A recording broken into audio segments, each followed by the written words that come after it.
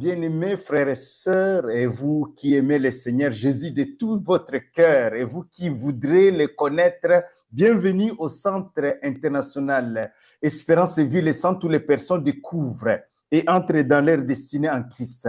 Nous vous bénissons dans le nom précieux de Jésus. Et vous êtes en présence du pasteur Herman Kiza, et nous continuons notre série de messages sur les prophètes et le salut en Christ. Les prophètes et le salut en Christ. Ce sont des hommes de l'ancienne alliance, dans l'Ancien Testament, auxquels le Dieu leur a suscité ce désir de le connaître et dans lequel l'esprit de Christ animait, les animait et leur montrait les choses. Ce sont des visionnaires, ce sont des gens qui voyaient de loin. Nous avons vu le cas d'Abraham, nous avons vu le cas de Moïse, nous avons vu le cas d'Ésaïe. Aujourd'hui, nous allons voir le cas de David. Donc, dans 1 Pierre chapitre 1 au verset 10, la Bible dit les prophètes qui ont prophétisé, touchant la grâce qui vous était réservée, ont fait l'objet ont fait de ce salut l'objet de leur recherche et de leur investigation. Donc les prophètes, ce sont des gens, des personnes qui avaient l'esprit de Dieu les agitait. Et comme Christ existait avant Adam, il existait avant Abraham. Jésus dit avant qu'Abraham fût, je suis. Christ n'est pas né à Noël, n'est pas né il y a 2000 ans, mais Christ existait. Et son esprit agitait les prophètes. S'il est question ici de l'apôtre Pierre qui a marché avec Jésus, qui a reçu la parole directement de Christ. Et il dit, il cherchait, il faisait l'objet de ce salut, un si grand salut, le salut en Christ, l'objet de leur recherche et de leur investigation. Il voulait voir, et dans cette recherche, l'esprit de Christ les agitait. Voulant sonder l'époque et les circonstances marquées par l'esprit de Christ qui était en eux et qui attestait d'avance les souffrances de Christ et la gloire dont elle se serait suivie. Il attestait d'avance les souffrances de Christ, la croix, mais aussi sa naissance. On a vu que Ésaïe a vu que la Vierge enfantera un fils. Sans la naissance d'un homme, sans intervention d'un homme et d'une femme. Au travers une femme, Dieu manifeste sa gloire en faisant naître Jésus-Christ. Et ici, David, dans ses recherches, dans sa communion avec Dieu, avec l'esprit de Christ qui était en lui, mais dans le sens où il leur montrait la croix. Ce sont des gens de l'ancienne alliance qui n'avaient pas l'accès direct comme nous devant le trône de Dieu. Mais ils voyaient ce salut extraordinaire, un si grand salut en Jésus. Et dans cette dimension, dans leur communion avec Dieu, Dieu leur parlait. Et c'est ce que Pierre aussi va parler de David, mais bien aimé, lors de la Pentecôte, dans Actes chapitre 2, quand il va parler de la résurrection de Christ, il va venir avec une parole, il va se servir des psaumes, il va se servir des paroles que David a prononcées parce que l'esprit de Christ l'agitait et il pouvait le faire voir des choses, comprendre et sentir des choses qui vont se passer. Et David, ici, il va dire, regarde, dans Actes chapitre 2 au verset 25, car David dit de lui, il dit de Jésus, je voyais constamment le Seigneur devant moi parce qu'il est à ma droite afin que je ne sois point ébranlé. Aussi mon cœur est dans la joie et ma langue est dans l'allégresse et même ma chair repose avec espérance, car tu n'abandonneras pas mon âme dans les séjours de mort, tu ne permettras pas que ton bien-aimé voie la corruption. Tu m'as fait connaître les sentiers de la vie et tu me remplis de joie par ta présence. Homme frère, qu'il me soit permis de vous dire librement au sujet du patriarche David, qu'il est mort, qu'il a été enseveli et que son sépulcre existe encore aujourd'hui parmi nous. David est mort, alors qu'il dit que son âme ne va pas, son corps ne va pas être décomposé. Mais il est mort, son corps a été décomposé et aujourd'hui il dit, il y a encore son sépulcre, il y a sa tombe qui est encore là. Donc il dit, comme il était prophète, au chapitre 2, verset 30 d'Actes, comme il était prophète, qu'il savait que Dieu lui avait promis avec serment de faire asseoir un de ses descendants sur son trône, c'est la résurrection de Christ qu'il a prévu et annoncé. Amen. Alléluia. C'est la résurrection. Il a vu la résurrection. Comme il était prophète, et l'apôtre Pierre nous dit que c'est l'Esprit de Christ qui les agitait, qui leur montrait ce qui allait se passer. Qui leur montrait ce qui allait se passer. Alléluia. Nous te rendons grâce, Père. Merci pour mes bien-aimés. J'espère que vous saisissez l'esprit qui est derrière ce message. Que ce message soit esprit et vie à l'intérieur de vous. C'est un si grand salut. Les prophètes, David, Abraham, Moïse, Isaïe, ils voulaient voir cette époque. Ils voulaient voir l'époque dans laquelle nous nous trouvons. Ils voulaient voir Christ ressuscité. Ils voulaient voir l'avènement de Jésus-Christ. Maintenant, toi, en Christ, nous avons cet avènement. Alléluia. Il était prophète. Dieu avait promis à David qu'il va faire régner sur le trône, qui ne manquera personne sur son trône. Alléluia. Que son fils, sa descendance, régnera sur son trône.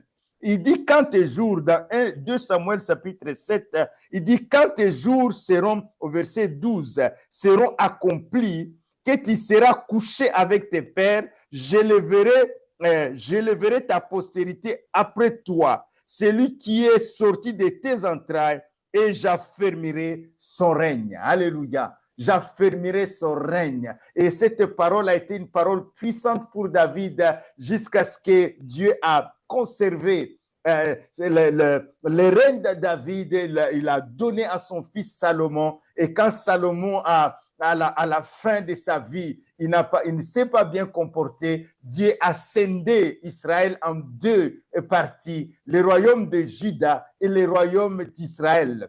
Et le royaume de Juda était toujours confié à la descendance de David à cause de David, à cause de ce serment que Dieu avait donné à David. Alléluia. Quand Dieu te donne une parole, Dieu veut sur sa parole pour l'accomplir. La parole de Dieu, elle est droite. Elle s'accomplit, ses œuvres s'accomplissent avec fidélité. Dieu, quand il est fidèle à sa parole. Et donc, l'esprit de Christ agitait David. Dans les psaumes, il va voir la mort de Jésus. Dans les psaumes 22, par exemple, d'une manière extraordinaire, éclatante. Au verset 17, car des chiens m'environnent. C'est David, c'est l'esprit de Christ l'anime. Et quand il traverse les moments difficiles, il parle, l'esprit de Christ parle au travers de lui des choses que Christ allait vivre sur la terre. Car des chiens m'environnent, une bande de scélérats rôde autour de moi. Ils ont percé mes mains et mes pieds. Ils ont percé mes mains et mes pieds. On voit que c'est la croix qu'il est en train de voir. Au verset 19, il dit, il se partage mes vêtements. Il tire au sort ma tunique. Et on sait que Jésus, on a partagé ses vêtements. Alléluia. On a tiré au sort sa tunique pour ne pas la partager. Mais ses vêtements, on les a partagés. Oui, il est en train de voir la croix de loin parce que l'esprit de Christ l'agitait. Et toi maintenant qui vis après Jésus-Christ, toi qui as reçu Jésus, Jésus vit en toi. Tu es le temple de Christ. Tu es la maison de Christ. Christ devrait maintenant qu'il est mort et ressuscité. Il t'a réconcilié avec son Père. Il t'a justifié par son sang qui a coulé à Golgotha, t'est guéri de toute maladie et toute infirmité. Alors tu dois croire aux paroles qu'il te donne. Tu dois croire à l'évangile. C'est une puissance de Dieu. L'évangile vient te libérer des attaques démoniaques. L'évangile vient te libérer des attaques et des mauvaises paroles prononcées sur toi. L'évangile vient, mais il faut croire à ce Christ qui habite en toi. Maintenant, il est en toi. Il est en toi dans sa gloire. Il est en toi parce qu'il est ressuscité. Il a vaincu la mort. C'est ce Christ dont nous parlons. Dans le psaume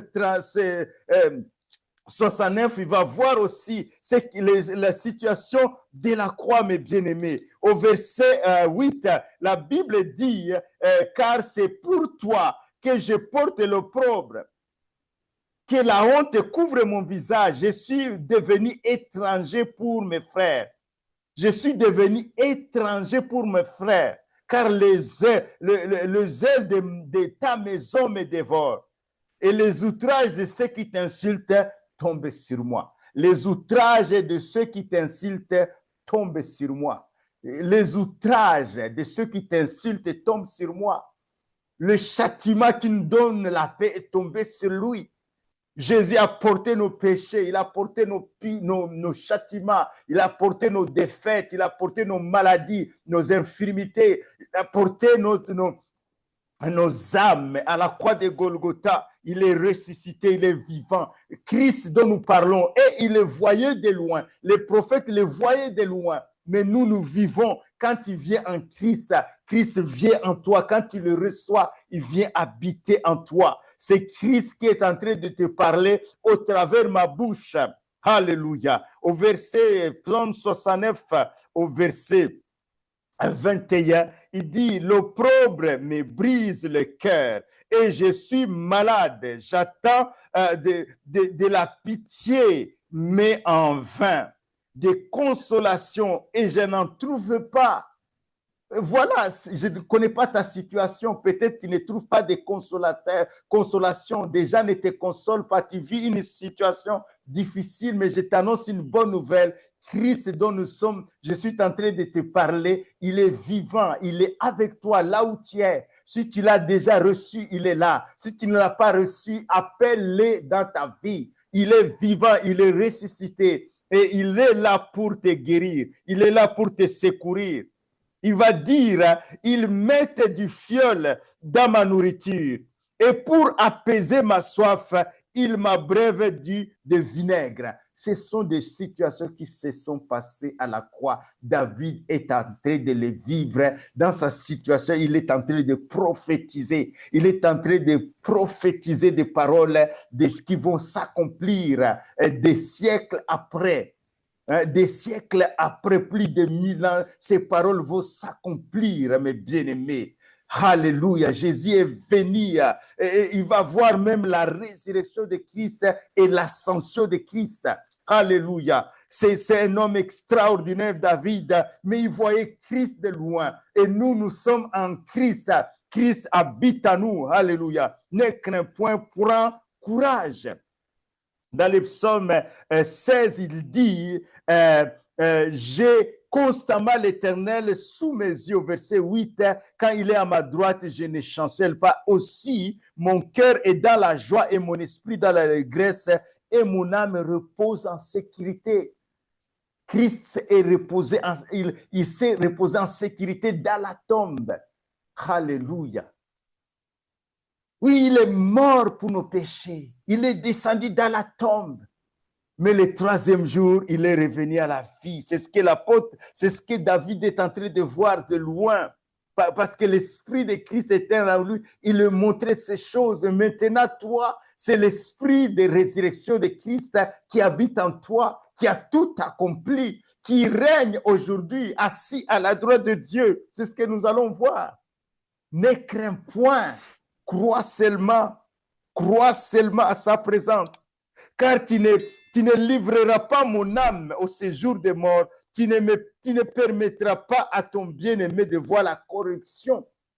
Tu ne permettras pas à mon corps de voir la corruption. Le troisième jour, Jésus est revenu à la vie. La mort n'a pas eu gain sur lui. David l'a vu de loin, mes bien-aimés. Il a vu de loin. Et maintenant, nous sommes en Christ. Christ habite en moi. Il parle au travers de ma bouche. Alléluia. Il est vivant, le Christ dont je parle. Ce n'est pas le Christ qui viendra. Il viendra pour régner. Mais David voyait un Christ qui viendra pour souffrir. Maintenant, il a souffert, il est ressuscité. Le Christ dont je te parle, c'est le Christ qui a tout pouvoir dans les cieux et sur la terre et sous la terre. Et son nom est puissant pour délivrer. Il est puissant pour délivrer. Jésus est monté au ciel, David l'a vu. Dans le psaume 110, il dit, parole de l'Éternel à mon Seigneur, assis-toi à ma droite jusqu'à ce que je fasse de tes ennemis ton mal. Assis-toi, viens t'asseoir à ma droite.